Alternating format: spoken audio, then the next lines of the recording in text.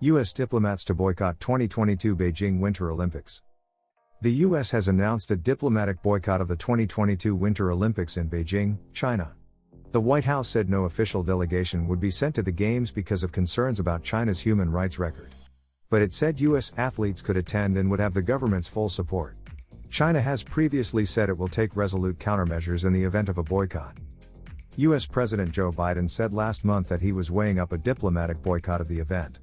White House Press Secretary Jen Psaki confirmed the boycott on Monday, saying that the administration would not contribute to the fanfare of the Olympics.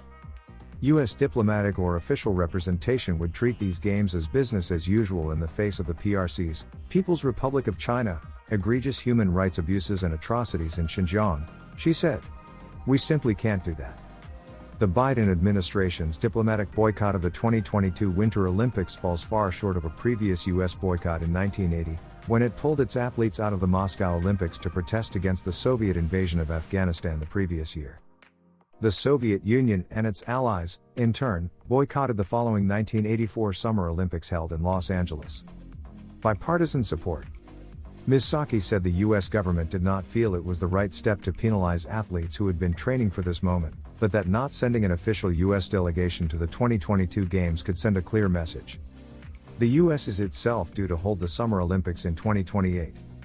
Both Democratic and Republican lawmakers have called for the boycott as a means to protest against Chinese human rights abuses.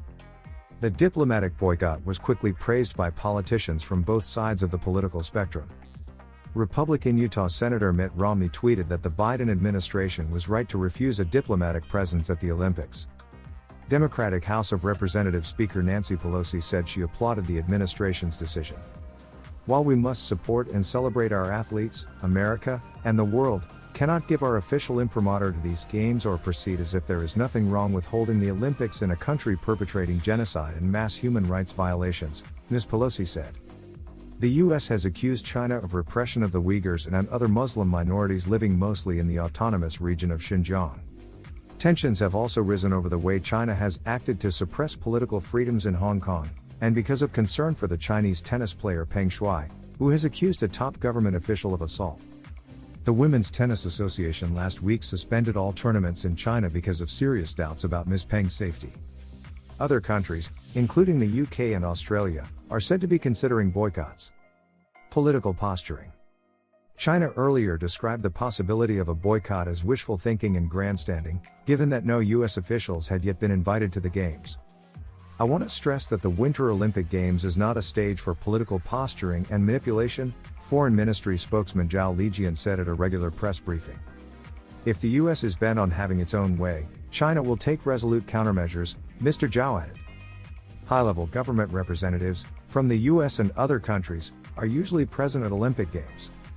Earlier this year, First Lady Jill Biden led the US delegation at the Summer Olympics held in Tokyo.